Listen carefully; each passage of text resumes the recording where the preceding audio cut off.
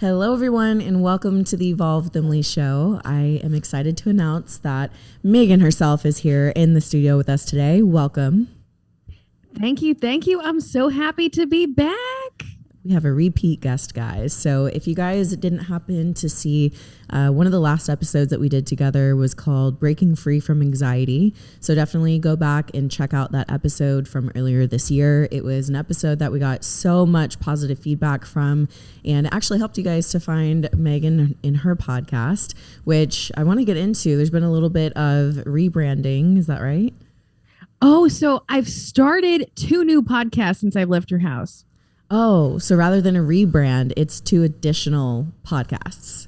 Okay. That is correct. So what are they? What inspired you to start them? And what happens on each show? Okay, so I have my Season of You talk show, which is just for like adult women navigating life. And then I was like, hey, what part of my life was truly tragic? And I was like, high school. Where did I need help?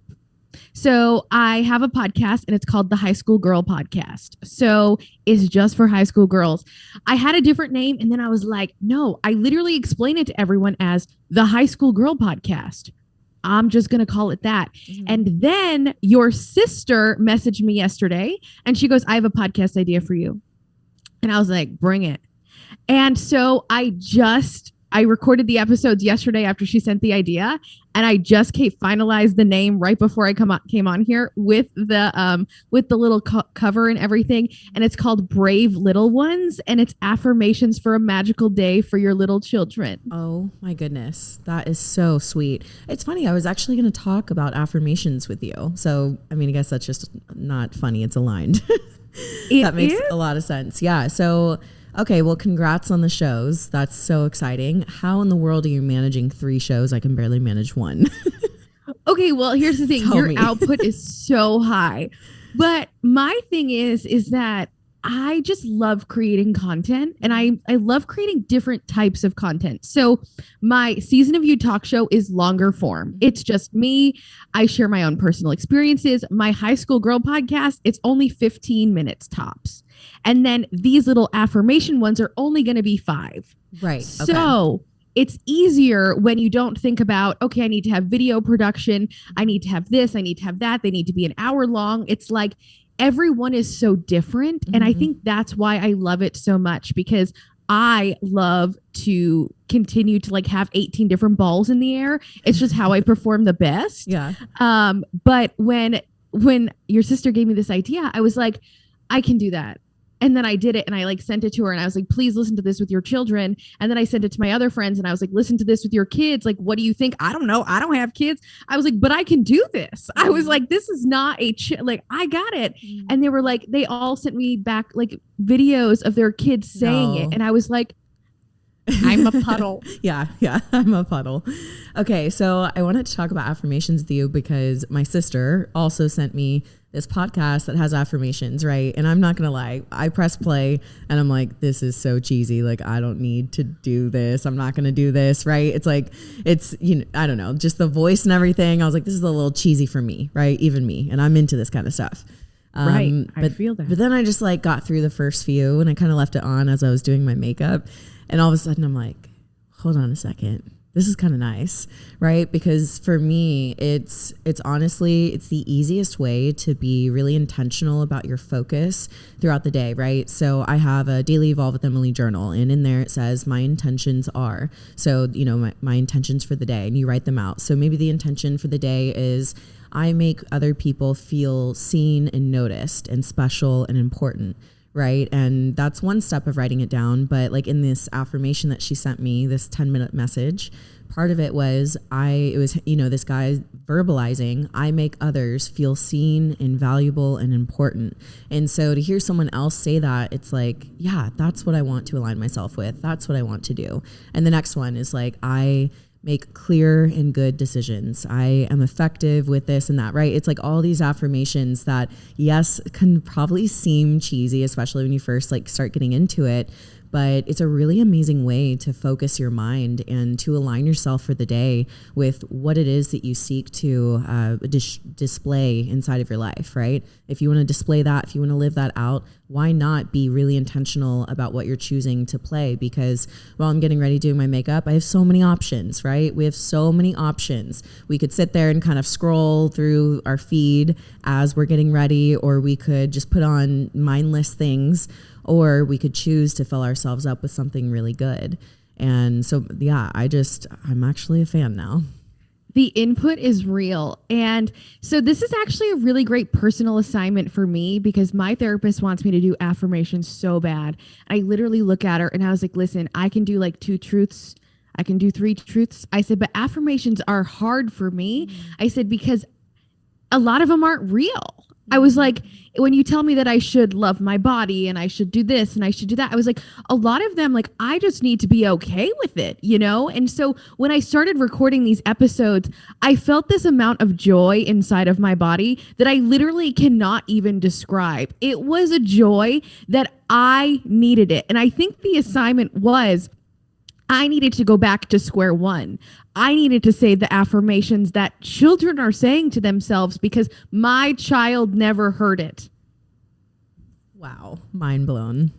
And I just realized that right now. And I really, really think the problem that we all try to do is we try to skip to the advanced level. That's so good. When we've never actually watered the seed, it's not going to grow. So I always found affirmations uncomfortable because I never got used to them. I never heard the basic ones. It was always just an idea, right? And then I realized like how many parents are actually using affirmations in their kids' life. And it's amazing because if I can be a part of the journey from when they are, you know, a little child to when they go to high school to when they're an adult, like having that life cycle, it just like blows my actual mind. And it's just so amazing. And I do something now. So I control all of my input in a way where it's like kind of crazy. And you asked me how I create so much content. I don't consume anyone's content in the area that I'm in, like, or in general, really. I listen to a lot of sermons and then I listen to CrossFit stuff and that's it. That always surprises me, the CrossFit stuff. It's like left field for me. It's my fun fact. It's so cute. And so Do you have any CrossFit people that you look up to? No. Well, I just like a lot of people's vibes. But then I went to I went to a CrossFit gym, okay? And I was like, I'm ready to try CrossFit. And then I was like, I don't know like CrossFit. I'm gonna die. But like I was like, I'm ready. I just watched the CrossFit Games. I'm hype. And then then they told me how much it cost. And I was like, have a wonderful day. Like literally, but it all worked out exactly as it needed to because then I found a perfect gym with perfect classes and my work pays for all of it. And it's just like the best thing ever. So at the end of the day, it all worked out exactly as it needed to. But controlling your input is so important. And so if I can be someone's input where they're bettering themselves, I'm so happy about it. And yeah, so I think that that's really important. Something that cracks me up when we were at your house, you also turned me on to this, is when we would just listen to those frequencies. Yes, the background frequencies. Yeah, like the healing frequency, the abundant frequency. Yeah. Yes. And so now I just put those on and it's like I get into this like trance and I just like start working my face off and it's the best thing ever. Right. And just if anyone needs a visual, Emily and I are sitting on her couch eating pizza, watching some galaxies pass by with the frequencies. Totally. There was nothing besides pizza and this music, but it was very peaceful. It was, right? You can even imagine just being out there in the galaxy. I think it's so beautiful. And now I did not even realize, I forgot what the YouTube channel is called, but it's a YouTube channel that shows like the actual galaxy. It's not this like, fake one that we look at and listen to. It's like the real one. And it's actually so beautiful and intricate and amazing. So I like to like kind of switch between both of them. And also I'm beyond fascinated by the underwater life, right? So at my house, like sometimes I would play the the, underwater life, because there's a whole world down there. But then after going on my little solo vacay in June, where I got to literally like swim with schools of fish. I'm not joking. I was like swimming with an entire school of fish, and I feel like they accepted me as their own. And I looked at them and I was like, am I one of you now? And then they like went really fast, and I was like, damn it. I'll catch you guys. Missed the bus. Yeah. They're just, the whole fish thing. I don't know. I can't go as fast as them, but I really was working on it. But listen, you give Emily Hayden a challenge and she will show up. Oh, 100%. Yeah. But I'm fascinated by those kinds of things, because I feel like we go in our lives for so long in this world, in this like box that we've always known, maybe even the city. So many people stay in the same exact city that they were born into. And I remember when I first started traveling initially for work and initially just across the US, I was able to see how other people live their lives and how they live like completely different lives, and they're so happy doing it that it really opened my perspective, and it made me grow and say, what's outside of the norm of what I'm used to, and what exists? What are the possibilities? How could I create my life around what I truly want and not just what I was born into? And so for me, part of opening my perspective in the beginning was definitely a lot of traveling. And I know you moved from your hometown. Was it initially to LA, or did you move somewhere first? So I moved from Rhode Island to California, back to Rhode Island to Las Vegas, to California, back to Rhode Island. Yeah. Yeah. Okay. So let's talk about moving home, because I feel like a lot of people experience that, myself included. Throughout the pandemic in 2020, there's a lot of changes. And I feel like around that time, a lot of people made some shifts. So what was the shift going from California back to Rhode Island? Lucky for you, I'm an expert in this topic. So perfect. Here's the thing. Every move I had felt so different because some I was running away from my life and some I was running back to it. And I think that once I realized that when I move, my problems still follow me is when I realized like, hey, maybe if I go back, I'll be able to start actually over instead of just like treading water. So I had moved from Rhode Island to California initially, and I had just graduated college, and that's when I started working with you.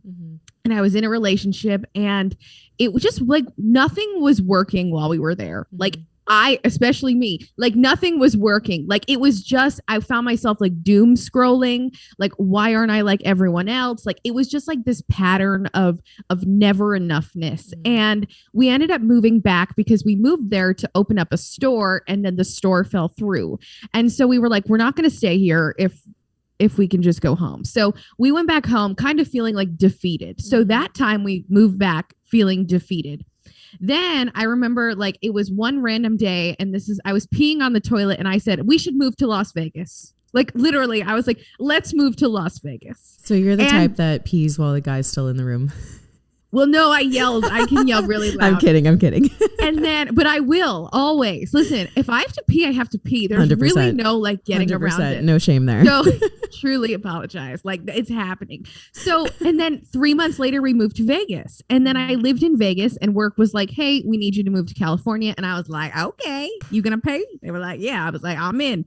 So I moved to California, and then I was living in California, so clinically depressed. It wasn't even funny. Wow. I cried every day. I was struggling with love addiction. My nephew was actively dying. Like it was all of these things. And I was so alone. And I didn't understand it at the time because I had just gotten out of a relationship where I was afraid to leave the house. I was going through all these feelings and I didn't know what to do. All I knew is that I was living in a place I had once dreamed of living in, like in this apartment complex. When I used to live in California, I would drive by and I would be like, I want to live there. And like, I was living there and I was like, Meagan, like you're doing it. Like, this is great. You're working at this beautiful place. You live in this beautiful place. Like everything's great. But I just couldn't get my shit together. And I was like, am I broken? Like, truthfully, like, is it me? And so then I had like started talking to someone, and here's a fun line that I just love to throw out there. Everyone has someone. And I feel like we don't, like, you think that like people are out here like being by themselves. Everyone has someone, and even if no one knows. And so for me, that was my thing at that time. Like, I had someone and no one knew. And again, I was just going through a lot of stuff. And I started traveling for work, and that was really great. And I was just like in California, and I was like, okay, I'm getting the hang of this thing. But then I'd be driving and I would just be crying. And then I'd be in the office just crying. I'd be wiping tears before I go into meetings. And I'm like, what is wrong with me? My life is great. And I just think this goes to show, like, if you don't fix your insides, the rest of your world is going to reflect it. Absolutely. And so when the pandemic hit, I was in Colorado as the world was actively shutting down. And I flew back to California and everything was empty. Like, there was no food. And I was like, I totally love this for me. Let me go to Walgreens and buy some food at Walgreens because that's literally it. Awesome. Right. So then I was in California, and people were obviously like dealing with it like Californians. It was a completely different experience than I was ready for. And then I flew back home. And when I flew back home, I was like, you guys in a pandemic? Right. Like what's happening? Isn't that like, insane? And you don't wear gloves outside? Like, you're not scared of each other? It was truthfully amazing. And I was like, I need this in my life. And at the time, again, my nephew was just getting worse. And so I had come back home. I literally drove home to stay for 2 weeks. I didn't leave. I never left. Wow. I drove home and I didn't leave. And I was like, I don't want to go back. I don't want to pay to live there. We didn't know what was happening with the work or whatever. And so our companies were like, yeah, we're going to be remote, and then remote, and then remote, and then remote. And then finally I got approved to be fully remote regardless. So regardless what was going to happen, I could still stay remote. And I was able to spend 7 whole months with my nephew. And for me, that was just like every single day I saw him and I was there, and like, I couldn't have imagined like if he had passed away and I was across the country. Like, I literally like can't even imagine, because we were 7 minutes away and it still felt too far. Right. So for me, when I came back this time, I came back with the intention of not staying. And then I stayed for a year. I don't think I went back to my apartment for like 6 months. Oh my gosh. Like, I just like left. I was like, all right. And then I went back and like cleaned everything out. And I had this inflatable couch. Okay, so here's a tip for if people move a lot. Like, they sell inflatable couches, okay? And then they actually open up to a bed. It's a wonderful actually investment. Such a smart idea. And it has cup holders. And then you can also use it as a pool float. I mean, truthfully, the options are unlimited here. So when I went back, I didn't plan on staying. But then I said, okay, here's the thing. I need people around me who can help me heal, because I'm broken in a way of like, I'm not broken, but I'm just not okay. And I think that was the first time I realized like, I'm not okay. And I've been in therapy since I was 11. Okay. So like, I know like what's good, what's not. So I came back and I saw that same therapist and I was like, hey, like, what's up? Am I like, what's going on? And then And then my nephew passed away, and then I got psychotic depression, which was just like a whole other thing.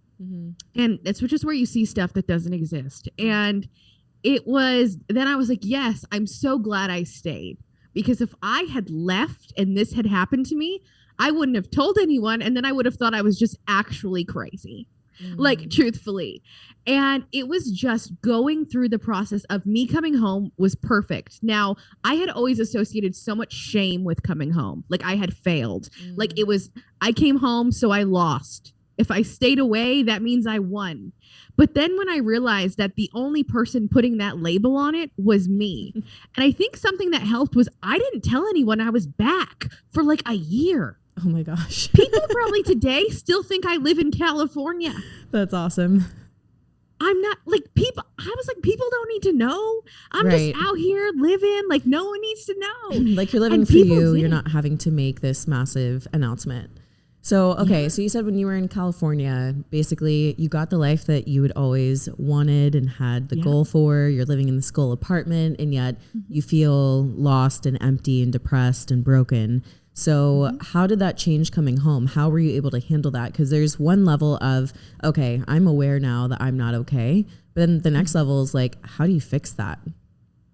Yeah, I had seen like a little bit of hope when I had driven across the country, and I didn't I wasn't nervous at all. And I was like, and that was a big thing for me, because I was in a relationship where I always thought that I would never be able to drive across the country by myself, because we had done it so many times together, and it made seem that I could never do this by myself. Yeah. And so when I was like, oh no, I'm doing it, like something in me switched, and that was the beginning of literally the rest of my life. Wow. So you had to have this moment and this experience of empowering, of showing yourself that you can do this. Yes, every story I told myself was a lie. Wow. And when I was driving through Utah, like over these gorges, and literally, here's the thing. I was driving through Utah, literally suspended over this tiny ass bridge, and my car hit 666 miles. And I was like, if I don't die now, I'm good. Like, I'll be fine for the rest of this trip. Like, literally, I was like, it hit 6,666 miles. And I was like, this is actually, I'm like, you know what, Meagan, though? Like, it's fine. Like, whatever. If you make it through this, you're going to be perfectly fine, because this is timing right here. Right? Like, it could not be better for the devil himself. So I was like, so once that happened, and then I showed up at some girl's house to sleep in the middle of Utah at 12 a.m. Did you know her? And I didn't die then. What? Did you know her? You said some girl. Okay, so I did. It was my friend's girlfriend. Okay. And I've never met her. Okay. But like, also Utah, it was like I cruised up to a neighborhood at midnight, and I was like, oh no, this is not okay. But I wasn't nervous at all. And that's when I was like, wow, there's a whole other side of life. Wow. And so that was the biggest switch for me. And then I came home and I started going back to therapy, and we uncovered that I had a love addiction, which was also a really big unlock for me, because I was literally controlled by this addiction. And my entire family has an addictive personality, which is why I don't do alcohol. I don't drink alcohol. I don't do drugs. I work a lot. Yeah. But other than that, I was like, I'm fine. You can't be addicted to love. You can. You can. And there's a book called Facing Love Addiction that I highly recommend. So do you have, let's say that someone is listening to this and they're wondering, am I love addicted? I'm sure you can't explain all of it, but do you have any like red flags, so to speak, that might tell somebody that they are maybe prone to being love addicted? Yeah, if your entire mood is dictated by their response, your life is an actual roller coaster. And then it just gets worse from there. Because I didn't know how my day was going to go, because I didn't know how this person was going to respond. And I needed them in a way that like I can't even put into words. Like it was codependency to a level that I can't even explain. It was the fact that I was always seeking approval. And it was just, I didn't get to determine my own day. It was, they were going to determine it. But here's the catch. Their response is never going to be exactly what you need. So you're just putting yourself in the cycle of always losing. And I cannot tell you the amount of times I cried into a pillow from sheer disappointment, because this person was not living up to what I needed. And it wasn't realistic. But when you're addicted to something, it doesn't even matter. And it's also a high key drug. Like I would sneak out of meetings. I would go into stairwells just so I could talk to this person. And it was an actual drug. And I don't think people really get it, because I didn't get it at all. I had been in love. I had been in relationships, but this was different. This was actually messing with the dopamine levels in my head. Wow. And I think, that's something that's important to mention, because whether it manifests itself in love or drugs or alcohol, these addictions, they sometimes start small and then they get a lot, they're just very overwhelming in your life. And I feel like it can really overtake your life in the blink of an eye. You mentioned that you don't drink alcohol. So there's this podcast actually called the Huberman Lab, and he just released an episode on alcohol and the scientific effects that it has on your brain and your body. And he really mentions, he's like, there is no judgment for people that drink. I just want to make sure that you make a very informed decision and you're very aware of, what it does to your body. But also he gives a lot of tools and tips for, if you experience these things, then you may be prone to be addicted to alcohol. You may be prone to experiencing this in your life. And it's, a lot of it is like genetic and passed down, but a lot of it can be behavioral things when interacting with alcohol that people are pretty unaware to, or that have been really normalized by society. So I wanted to mention that because, tell me why you don't drink alcohol personally. Oh, I'm so happy you asked me this question. So when I was 18, 19, 20, I worked in a nightclub. And the only way to have community when you work in a nightclub is through alcohol consumption. And I was drinking far too much alcohol. I also had like a fake ID for like a very long time. And I always had friends who were older than me. So it felt right. It felt right. Right. So I was just consuming a lot of alcohol. And it was to the point where one day I threw up in my own sweatshirt and I almost drove a car that I shouldn't have driven. Oh my goodness. And that's never happened to me before. Like I had literally never gotten to this point where I was like, I cannot drive this car.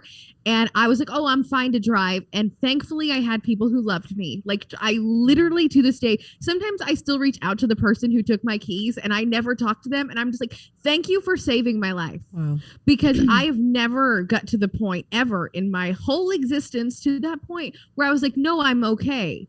Because normally I would be like, I just can't. But that day I didn't. And they were like, yeah, no. Yeah. And then I threw up in my own sweatshirt and I literally was so mortified. And I looked at myself and I was like, I will literally never do that again. So what did I do? I became addicted to working out. Hey, I think that's a healthier addiction. So then I healed myself from that one. And then we just keep finding something new. But no, now we're just working on being addicted to nothing. But I think it's really important to show that addictions are so much more than what you see. It's so much more than a drug. It's so much more than food. It's so much more than alcohol. It's so much more than working out because it's just how you're processing things. Like, and if you don't have multiple ways, this is actually really important. Mm-hmm. The reason why I think I've had every single addiction in my life is because I never had multiple avenues to go in. Multiple avenues only in the form of what? I would only go to the gym. I would only drink alcohol. I would only work. I would only have this one person.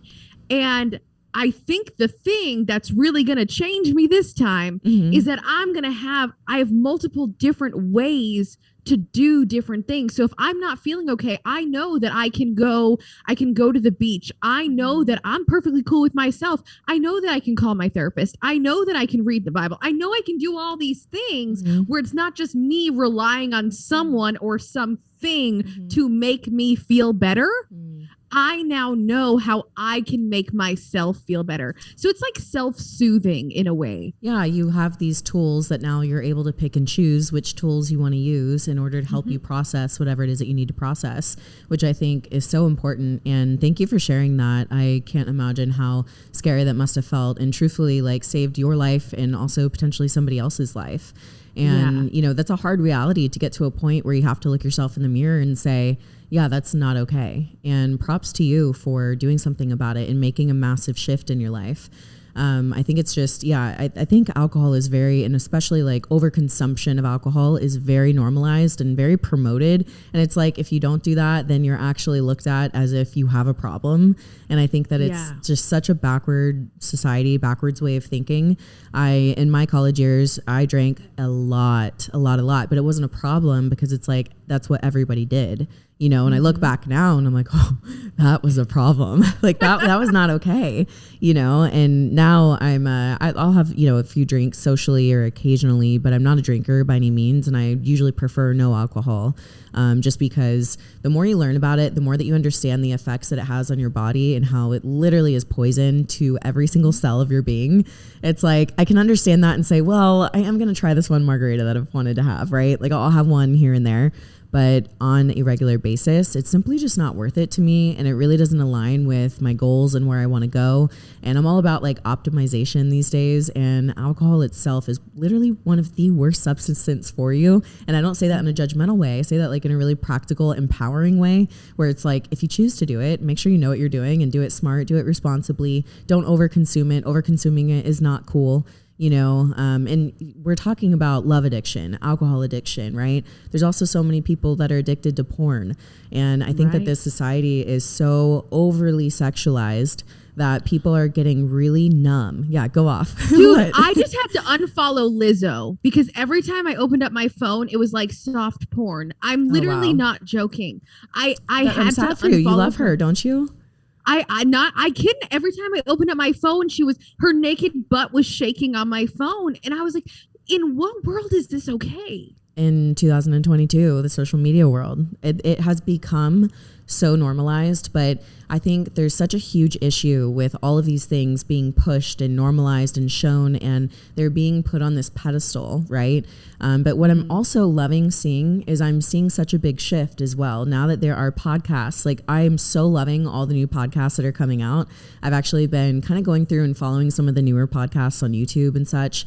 And in some of the interviews, I am just so happy to see that there are these, whether it's like a celebrity or a man that's like in the fitness industry or something like that are coming forth saying, I quit my addiction to porn. I actually don't watch it at all. And they are standing firm and strong as these big influencers or celebrities saying, no, I actually don't engage in that at all, because that has been so normalized and it's creating so many issues on so many levels, on a personal, individual level, but also in the relationship and marriages. And I mean, we could even go down to another path of how that is related to sex trafficking and the, harmful use of children in those, movies and things like that. And I just think that it's important that we recognize the addictions that are being pushed on all levels. And I love that you've taken this into your own hands and utilized resources that are available to you. I wanted to talk a little bit about mental health and therapy. You said something on your story the other day about how you got to leave the actual therapy work to the trained professionals. Can you talk a little bit about that real quick? Okay, yes. Okay, so I've been going to therapy for almost 17 years, okay? And I still do not feel like I only talk about my experiences always. I never actually give advice because that's not my place. And so I had said that there are so many people on the internet who want to tell you how to quote unquote heal yourself, how to recover from mental health, but you cannot trust anyone on the internet because they don't know you. You need to go to a trusted mental health professional and they can help you with your situation. Okay, I always say if you're broke, Jesus is free, and if not, go to therapy, because honestly and truly, I recovered. I had so much transformation with Jesus in my mental health. Like it's not even funny. But I've also had leaps and bounds and practical things that came from therapy that obviously cannot be, interchanged with. But I have a lot of people in my DMs who are like, I'm broke, I can't go. And I was like, well, you can love Jesus. And because I found peace in a way that I never knew it was possible through that. And if you can get peace, then you can start the process. But I particularly saw it because I saw this one girl who's been going to therapy for like 6 months say she's starting a mental health podcast. And I was like, you cannot do that. Because here's the thing. You're going to give advice that is incorrect. And the thing with people in podcasts is people don't know that we're all just out here living our life. You don't know who a professional is. You don't know who Joe Schmo is. You don't know who anything is. And so I always make it really clear that I lead with my experiences and that's it. I don't talk about anything else besides my experience. And I just know it almost feels like the fitness industry circa 2010 out here in the mental health world, where it's like everyone knows everything about fitness and no one's going to hurt you. And then, you know, we're 10 years, 20, 12 years down the line, and you see the actual who is the expert, who's actually helped guiding you. And so I was just feeling really compelled to say that because everything on the internet seems real, but it's not. Mm-hmm. There are things that your licensed mental health professional can tell you that the people on the internet can't. And you need to trust those people and get rid of all the glitz and the glamour of the internet and just get back to seeing someone who can actually see you and tell you how you can grow and evolve and heal and become better, because blanket statements don't work. That's so good. I could not agree more. I think it's so important to work with somebody. And, you know, I've had my fair share of experiences with therapists. In California, I had one that I loved and I worked one-on-one with him in person. And then recently when I moved back to Texas, I wanted to find one here, but I was really stressed out and overwhelmed with having to find a new person here. So I actually used an online service called BetterHelp. And BetterHelp has aligned me with a therapist that aligns with my core values. And it was the easiest process ever. It took a little quiz. I signed up with them, and now I work with him like on a weekly basis. And it's been really amazing to, for me, just have that outside perspective, right? And I think that's something that, you know, how often do you have someone in your life that you can go to and share everything and have somebody who can actually guide you and lead you, reflect back what they're hearing from you, look at your previous sessions and say, well, these are your patterns. These are the things that we continue to talk about. Where's the change? How are we making the change? You know, and so for me, it's been really just so beneficial because, you know, I feel like we all go through periods and seasons of feeling like alone, right? Or feeling, oh, I don't have anyone that I can go to with my stuff. And so I think having someone that you can go to for that is so helpful. And now a word from our sponsor, BetterHelp. I don't know about you guys, but I'm an external processor, meaning it's really important for me to have a safe space where I can bring my challenges in life and get some really good objective feedback on that. And when you are going through challenges in life, it can be really difficult to stay in problem solving mode. But when you learn how to find your own solutions, there's truly no better feeling. And a therapist can help you become a better problem solver, making it easier to accomplish your goals and overcome any challenges that you have. I personally started working with BetterHelp because I wanted that outside feedback on the things that I was looking to process. And for me, I felt so much relief after every single call and therapy session. And I felt more clear, more confident on the path that I needed to take in order to get to where it was that I wanted to go. I cannot recommend working with a therapist enough. It can help you along your emotional healing journey, unload stress, relieve anxiety, and help you with mental health struggles like depression. So if you're thinking of giving therapy a try, BetterHelp truly is a great option. I cannot recommend it enough. It's convenient, accessible, affordable, and it's entirely online. You fill out a brief survey, you'll get matched with a therapist, and then you can book your first session right away. If in any case it's not the best therapist for you, there's no awkward conversation or feeling like you have to break up with them. You can simply just not book with them again and switch therapists at any time. When you want to be a better problem solver, therapy can help get you there. Visit betterhelp.com/evolve with Emily today to get 10% off your first month. That's betterhelp.com/evolve with Emily. Let's get back to today's show.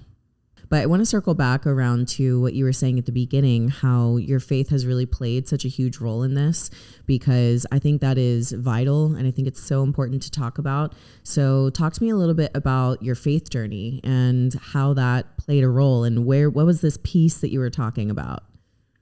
Yeah. Okay. So I had watched you make an Instagram story about someone who called you and you were saying how they told you that God is real. And you said, I know. Mm-hmm. And I watched that and I was like, what a concept. Okay. And then I literally remember sitting in my therapist's office and I was like, okay, but like, I don't get it. How can like one man do all this stuff? Like I was literally just like freaking out about it because I was like, and I'd watched 10 minutes of your video with the lady from your little girl gang. Amy. Yeah. Amy, and I'd watched 10 minutes, but I turned it off because I was like, Meagan, you will not allow yourself to watch this because you might actually like it. And so I turned it off. Why? No, because I was still feeling resistance. So then I went to my therapist's office, and then that's when I like had my whole like freak out. Like, I don't get how one man can do all this stuff. Like, and then I was like, okay, I didn't realize this until really, really recently, but I had called a friend and I had just said, I'm drowning.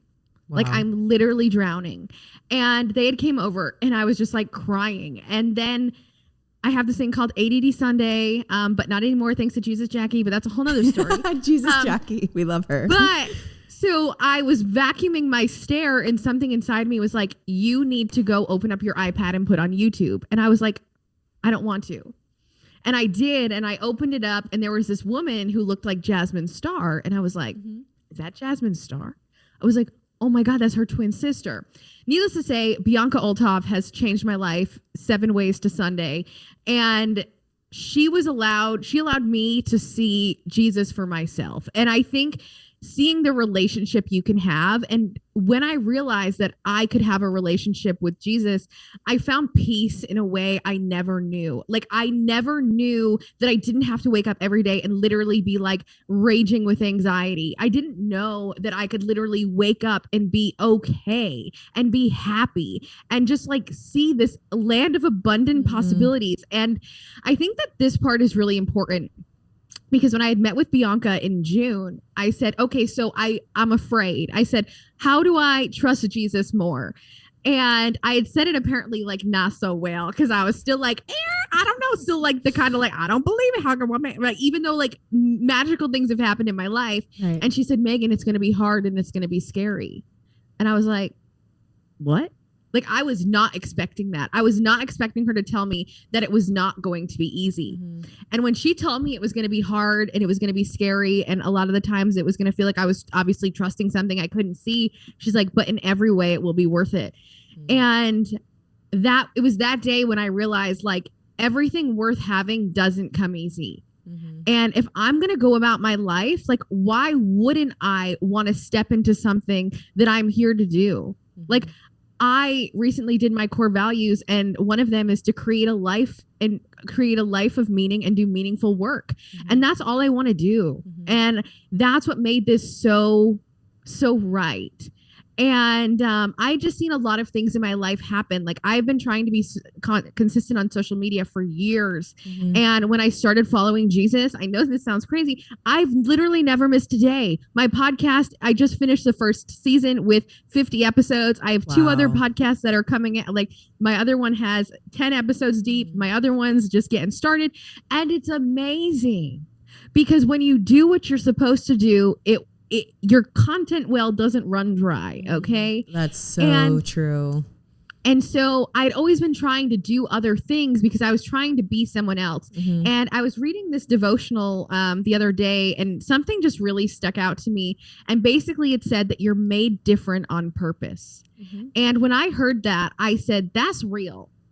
I was made different on purpose. I thought that I was on like the broken conveyor belt, you know, like what's wrong with her? She's a little quirky. Put her in the discard pile. Like, and then I realized when I read that, I said, every single thing that's happened to me has made me equipped to do what I'm doing right now and to do what I'm going to continue to do so I can better support everyone and myself. And so when I had found the relationship with Jesus and I had just been seen time and time and time again. And I think that's really what changed it is things had came out of that screen that I didn't even know I needed, that touched parts of me I didn't even know existed. I have cried more times than I can even count, because it wasn't that I was sad, it was that I was finally being seen. And so Jesus allowed me to be seen. That is beautiful. Okay, I have a lot of little notes and questions I've written down. You cover a lot. It's great. It's perfect. Okay, I want to go back to the beginning of this story, which thank you for sharing because that was beautiful to hear. So you said that you were scared. You were scared, right? Like you were resisting it. You didn't even want to listen to the podcast. Like you almost like didn't even want to know. And that's so interesting to me. Like that makes me so curious about why were you so scared to know? It's like you knew. It's like you knew internally, like I know if I listen to this that I'm going to believe. So like is that why you were scared? Because No. It's because it's easier to stay comfortable. And you knew that understanding that he was real meant that you would have to go on this journey because you know yourself that if you knew that you would do it. Wow. I wonder how many people relate to that. I was also really afraid what people were going to think. And this is actually a really big part of, I think, why it took me so long, is I was so afraid. Like, what if I love Jesus? Like, what's going to happen to me? Is everyone going to disown me? Like, what's going to happen? And let me tell you, I mean, some people say some funny stuff, but for the most part, all of my followers love Jesus. I'm like literally blown away. That's awesome. I didn't even want to share about it because I was like, oh God, like, you thought it made you weird. I thought it made me weird, but Bianca says it's only weird if you make it weird. And like, she's right on that one. And so it's one of those things where it's like, I was like, well, what are people gonna think? And that's like the complete opposite of like, how about you do what's right for your soul, Meagan? And because I was making this initial decision based off of other people. And then when I realized that it was an internal job, I didn't really care what anyone thought. Of course. Okay, so the next question. You said when I found this relationship with Jesus, right? That's when things changed. Mm-hmm. And initially you said you turned on a YouTube video. So how did you find that relationship with Jesus? Because I think a lot of people hear this and they want to know that God is real for themselves, right? Maybe they've turned on a YouTube sermon and they're trying to navigate it and figure it out. Like, okay, is this thing really real? And if so, I want to know for myself. But what does it mean that you found a relationship with Jesus and how did you do it? Yeah. Okay. So actually I had messaged you and I was like, hey, what's that girl you like who does the sermons? I saw you posted about her once with your little stars on the sky in your California apartment. Like, yeah. Super vague memory, but I know you did. Can you just send me some? And you did. And I listened. And again, everyone's going to have someone who's perfect for them. Mm-hmm. And everyone's going to be able to tell you your Jesus story at that time. Because however you need Jesus, it's going to come to you that way. That's so and good. I think I looked at it in the way of like, oh, right. Well, I don't go to church, so I'm never going to find Jesus. I don't even know what churches are here. I don't know anything about anything. But what it looked like for me mm-hmm. was I trusted Bianca mm-hmm. to guide me to find Jesus. I love that. And I told Bianca when I saw her in person, I was like, I'm so sorry if I'm like creepy, but here's the thing. I said, I don't know Jesus that well, but I know people and I know that you can bring people to Jesus. Like mm-hmm. truthfully, because you did it for me. I said, so I want to share you out all over the place because I know what you did for me in my life. Yeah, that's beautiful. And so I think for me, the thing that so many people are overlooking is they're trying to find Jesus in people they don't relate to. That's so good. I don't think you ever will. Because here's the thing. I tried to read the Bible for so long. Mm-hmm. But let me tell you, it just like, I wasn't ready. I really think I wasn't ready. I also didn't know like what it was. Like I was like, okay, sure. And it felt like a chore. And so when I went to California, again, sorry, but I'm bringing this back to Bianca, but she looked at me and she said, what time do you wake up? Do you wake up with an alarm or not? And I was like, definitely an alarm. She's like, well, you're going to hate me because you need to set it 15 minutes earlier and have your Jesus time before your day starts. Mm-hmm. She's like, because when you start with it, your whole day changes. So true. And I saw you do it too. I mean, honestly, it's just crazy to me because I didn't know I needed Jesus. Like, I mean, this man just moonwalked in my life. He moonwalked. I mean, there's really no other acceptable entrance. And I think you just have to be open to the conversation. And when I was with you, I had an amazing thing happen too. And that's when I was like, no, Jesus is really, really real. Yeah. And just for an example, we went to this thing on on a Wednesday night and I was thinking things in my head mm-hmm. and someone got up and said them out loud in the exact same words that I had said them in my head. And that's when I was like, I am seen. Like, wow. This is not a joke. Oh. Like, this is real. Yeah. And then I was a little faith baby and the guy kept saying, thank you, Jesus. And I was like, Emily, is he trying to tell this lady to stop talking? And you're like, no, Meagan, that's just how this goes. Yeah. I was like, okay. So I think people are afraid to mess it up.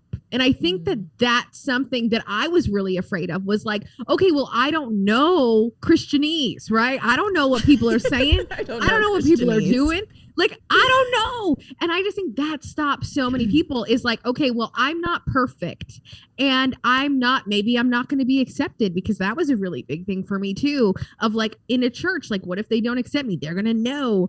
And that's mainly because I had a really weird experience once where I walked into a room of very heavy Christians, and they were doing a Bible study, and I was 17, and I was just like, you all are judging me. And that moment never left my head. So this relationship with Jesus really came from me diving head first into every single piece of content I could get my hands on.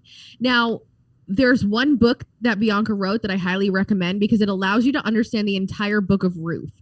If you want to just read one book and understand one book of the Bible and feel like you know what you're talking about, this book is called How to Have Your Life Not Suck.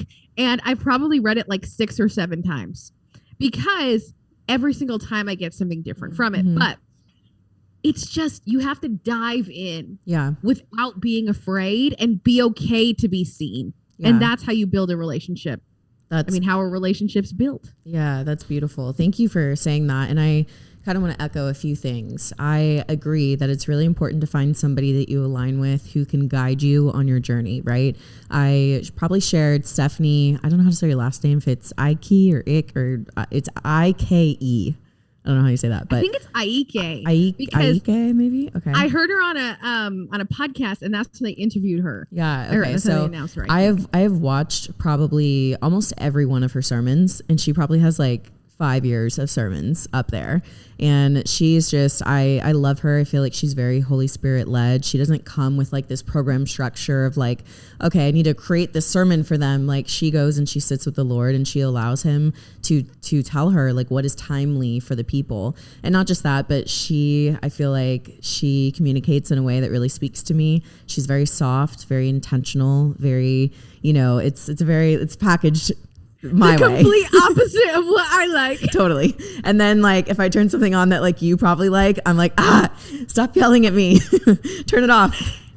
Yeah. It's literally, that's it. Yeah. So I wanted to mention that, because I do think it's important to find somebody who can guide you along your way. But I think that no matter what, make sure that your goal is to build that relationship with God and Jesus yourself, so that he's the one that is leading you, right? And by leading you, I mean like, you wake up and do a devotional, and then you read something, a verse, and for whatever reason, this verse is like highlighted to you and it's sticking out to you.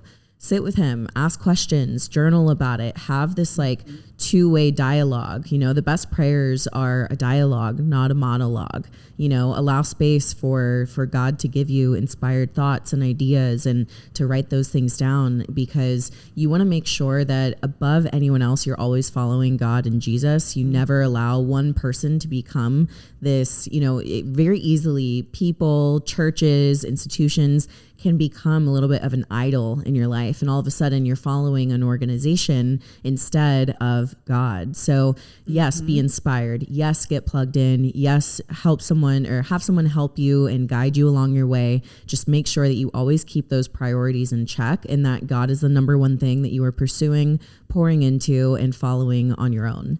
I think here's the thing too, no matter what organization you're getting into, whether it has to do with faith or fitness or business, there's just bad apples. And so I think you have to accept that and understand, yes, this comes with a risk. You putting yourself out there, you getting involved in communities and groups, it is a risk, and it might go south, but don't judge God based off of failed human beings. Human beings fail all the time. Allow them the opportunity to make it right and to make it better and to get back on course. But you know what? At the end of the day, you can always follow God. You can always count on him. You can always depend on him. He will always lead you to something greater and better. So even if you do have a bad experience, don't allow it to hold you back from the beauty and the fulfillment and the more and the expansion of what actually exists for you. Like in relationship with God, there is so much love and abundance and hope. God, there's hope, right? And sometimes all you need is a little bit of hope, a little bit of I see you and keep going. And that's what God will do for you every single time. So I want to encourage people to start that journey for themselves, or if they're already on it, to make it their priority. And to echo what you said, make it the first thing that you do of the day. I don't know about you, but when it's the first thing I do of the day, my days are so different. I show up differently. I think differently. I perform differently, and when I leave it till like the afternoon, or I just, make it the last priority thing, I'm like, why is my life completely out of whack? It's like, well, I didn't fill myself up from the inside first. And I think it's so important that we fill ourselves from the inside out.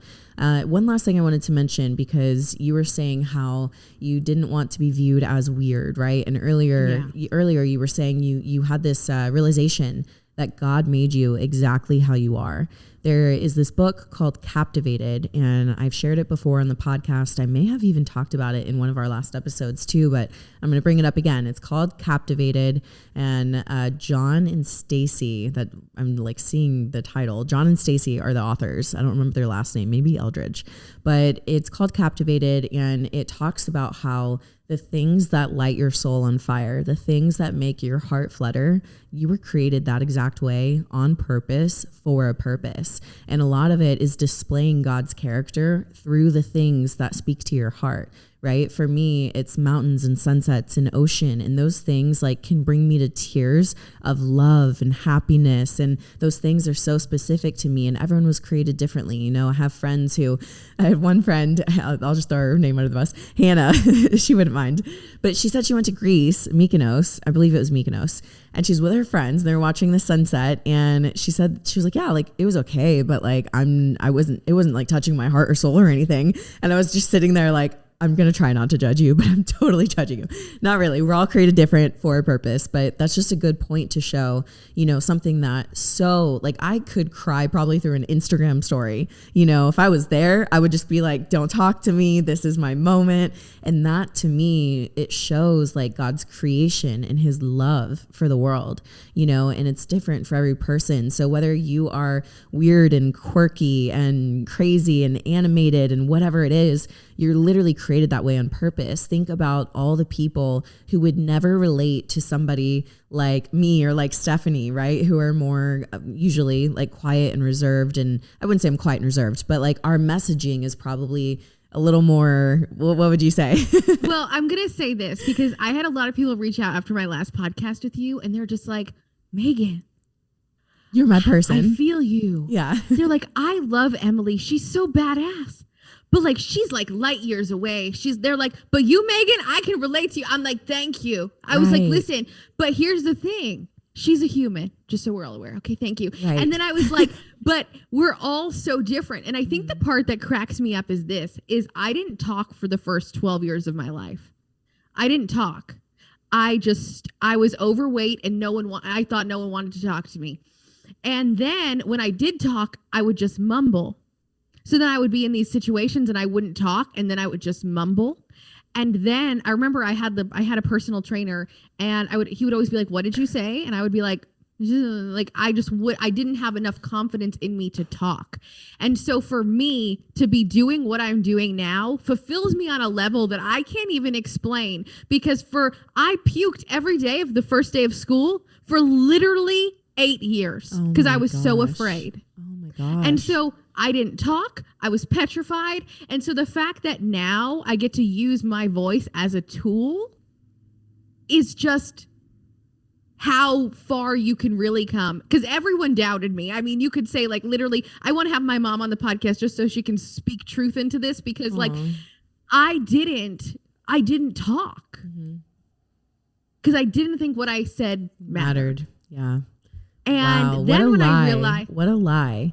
Here's the thing, just like there is good in the world, there's evil in the world too. And it's like these lies take hold and they take root in our hearts, not because they are true, but because for whatever reason at that time, we took it in and we gave it a home and we kept it there, you know, and it's sometimes hard to recognize these lies that we've been holding on to, but that's exactly what they are. And the second you realize that it's a lie, you can then replace that with the truth and start working to be what you were created to be. Isn't it crazy? Oh my gosh. It's just mind blowing to me because it's like you are doing exactly what you were created to do right now. Like you were fully living in your purpose. And that's exactly what the enemy and darkness and evil tried to come against you at, right? It came against you like at the exact they tried to take me thing. out for years. That's crazy.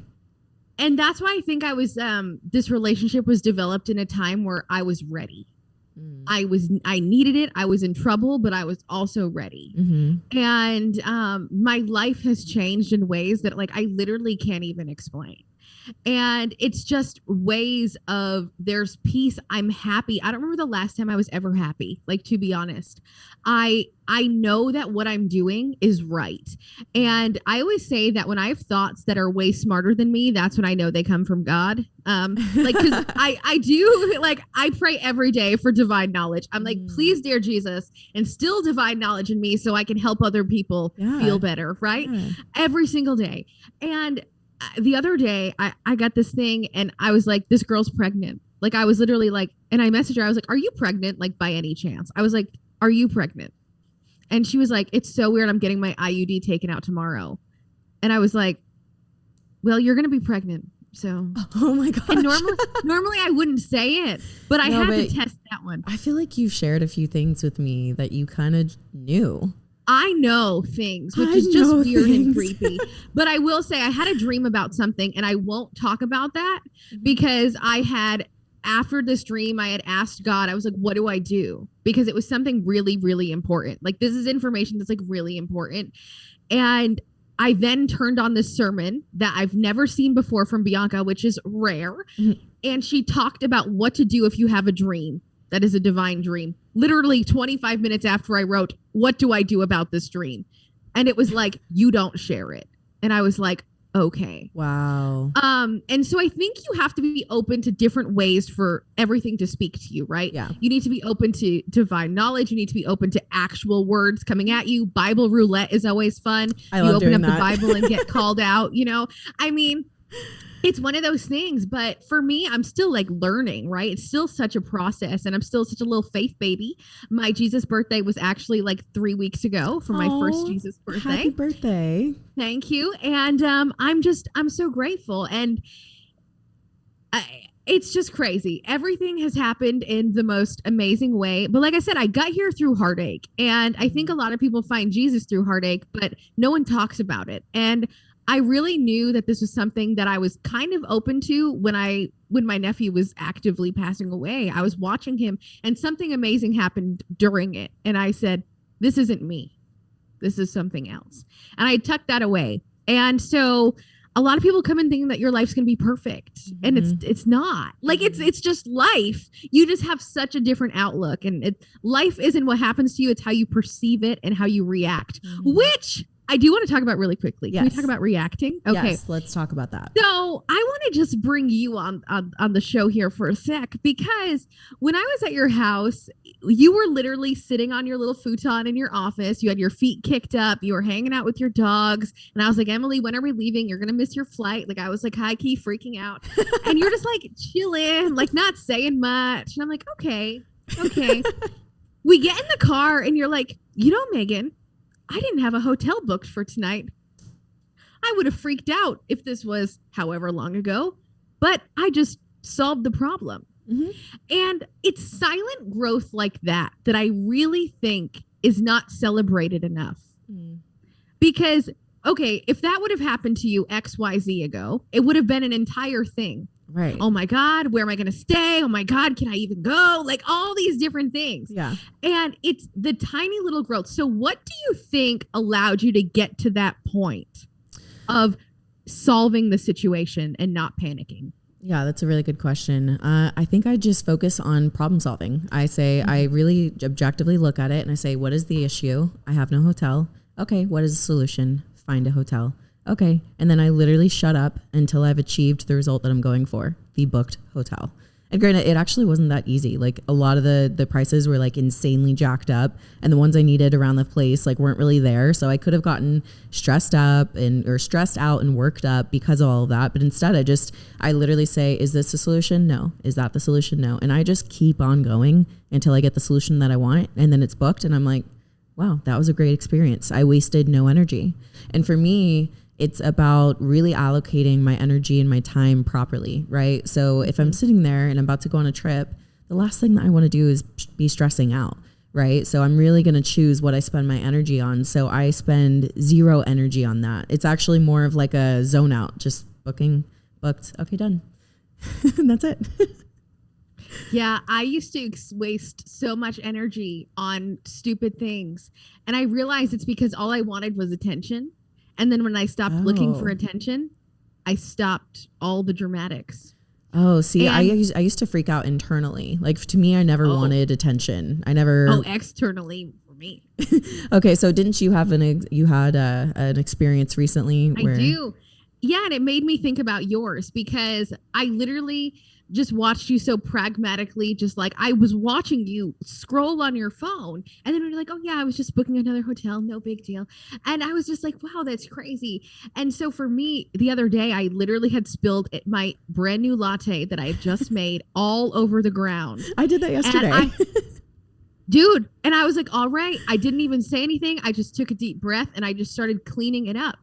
And before I knew it, I was like, wow, literally, if this was 2 years ago, I would have been like, oh my gosh, like I would have just made a scene for no one. Right. And it's like the energy preservation is real because you just fix it and clean it up. And I truly think that so many people who are even listening to this spend so much time trying to draw attention to the problem and not solving the problem. Yeah. And that changed my life when I realized that I didn't need to draw attention to anything. I could just simply solve it and my life would be significantly better. So that's helped my mental health in all the ways. To bring it back to the Jesus, the mental health, the addictions, everything. It all comes back down to me knowing where my energy is going and that I get to protect it. Intentionality. I think intentionality is so crucial in all aspects, right? So it's like if I'm choosing to pick up my phone, I'm being intentional about what I'm taking in. If I'm choosing to have a drink, I'm being intentional about my purpose, about why I'm doing it, why I'm choosing it. I'm being honest with myself if I'm using it to numb, right? Just really being intentional about every single thing that you do. Intentional living, I think, is the most important thing that you could do, because if not, you're kind of just going throughout life like a zombie. You know, I think a lot of people do that. They go throughout life never being intentional about what they're doing, and then they wonder why their life sucks. And it's like, it's actually pretty simple. Let's look at all of your life choices from the moment that you wake up until the moment that you go to sleep. So, okay, we are going to wrap up today's show here. We're kind of a little bit over, but I wanted to ask you before we end about a few things. What is a giving gangster?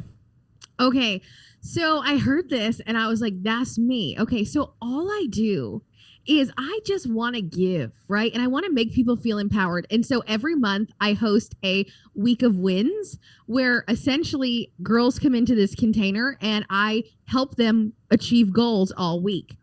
And it just really allows me to feel like a giving gangster, okay? Because I'm helping them achieve things that they never thought possible. And so it's once a month and it makes me so happy. So I just felt really, really aligned with it. That's so cool. That's what that is. And what is Breakfast Gang?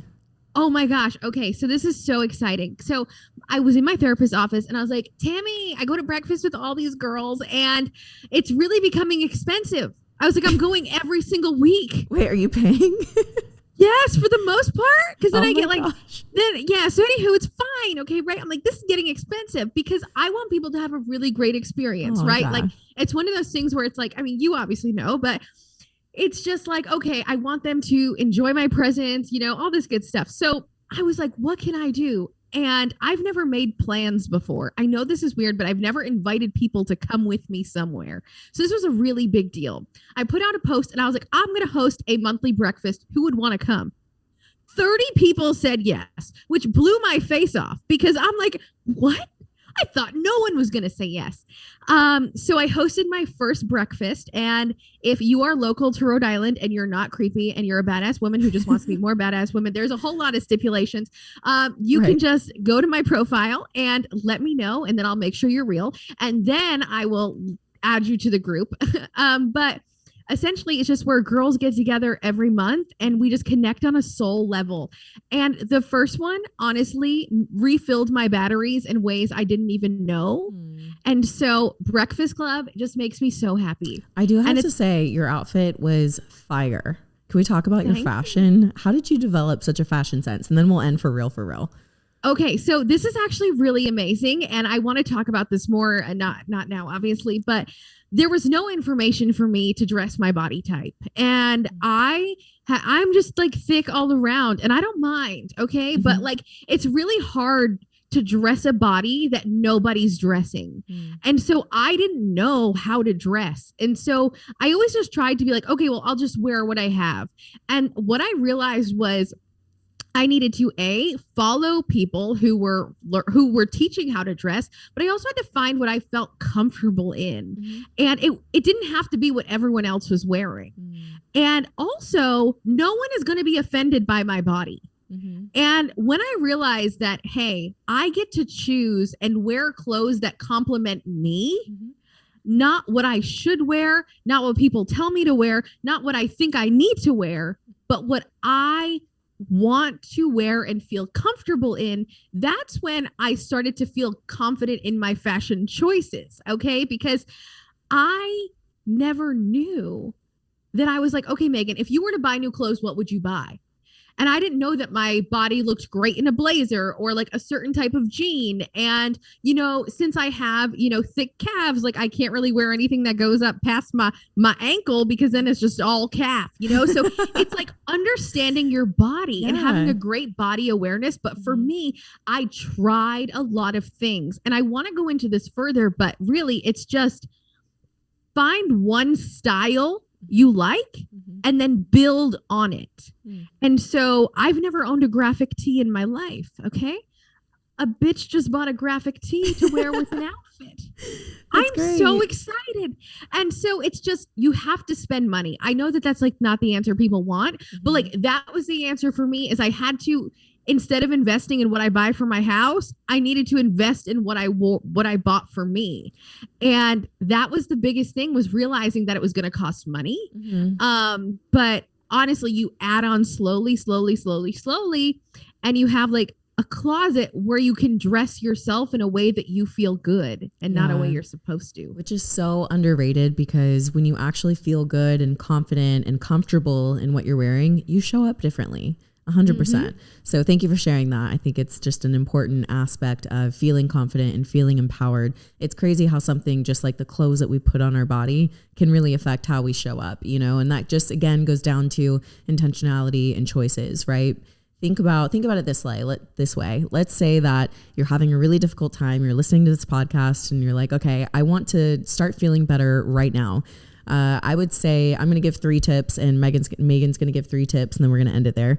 I would say number 1, start your morning with devotional, prayer, time, stillness, whatever that looks like to you. I would say make sure you get in activity or movement. It can look any way, but let it be fun and let it be an outlet for you. So whether that's kickboxing or yoga or cycling or weightlifting, whatever that is for you. And then number 3, nutritious meals. Fill your body with nutrients that make you feel alive from the inside out, and actually give your brain the proper nutrients it needs to think, that your body the proper nutrients it needs to actually function and feel good and not feel lethargic. So morning, quiet time, devotional, prayer, exercise, and then your nutrition. What are your 3 tips? I'm so hyped because I'm going to go the complete opposite. I knew you would. I'm so excited. I was like, yes, no overlap. Okay. So for me, the number 1 thing is choosing to get ready. I was I was going out yesterday and I was like, wow, we all need events in our life where we have to shave our legs and we have to pluck our eyebrows and we have to like do these things. Yeah. Because if you don't have anywhere to go, you're just going to let yourself fall apart.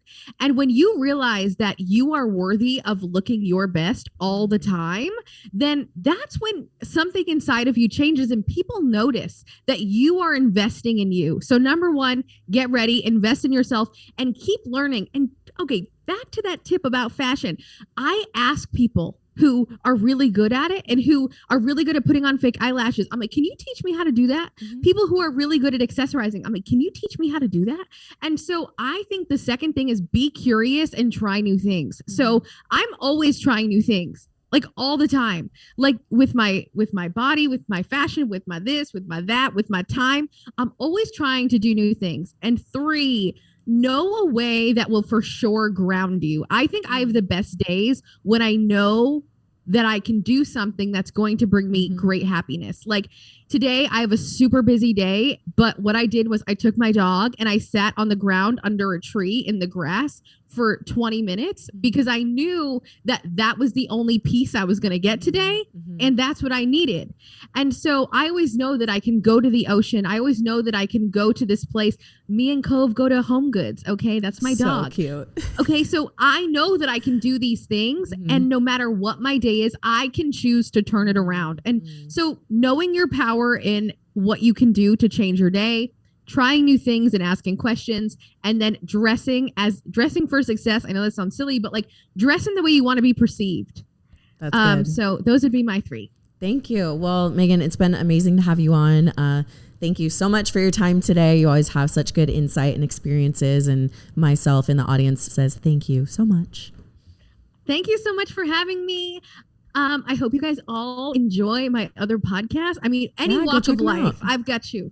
Yeah. I've got you covered. Yes. So we have Brave Little Ones, which I'm so excited about. That's actually in honor of my nephew because we used to call him Banner Brave. Aww. And so I wanted to name it after him. And then we have the High School Girl podcast for all of your high school girl needs.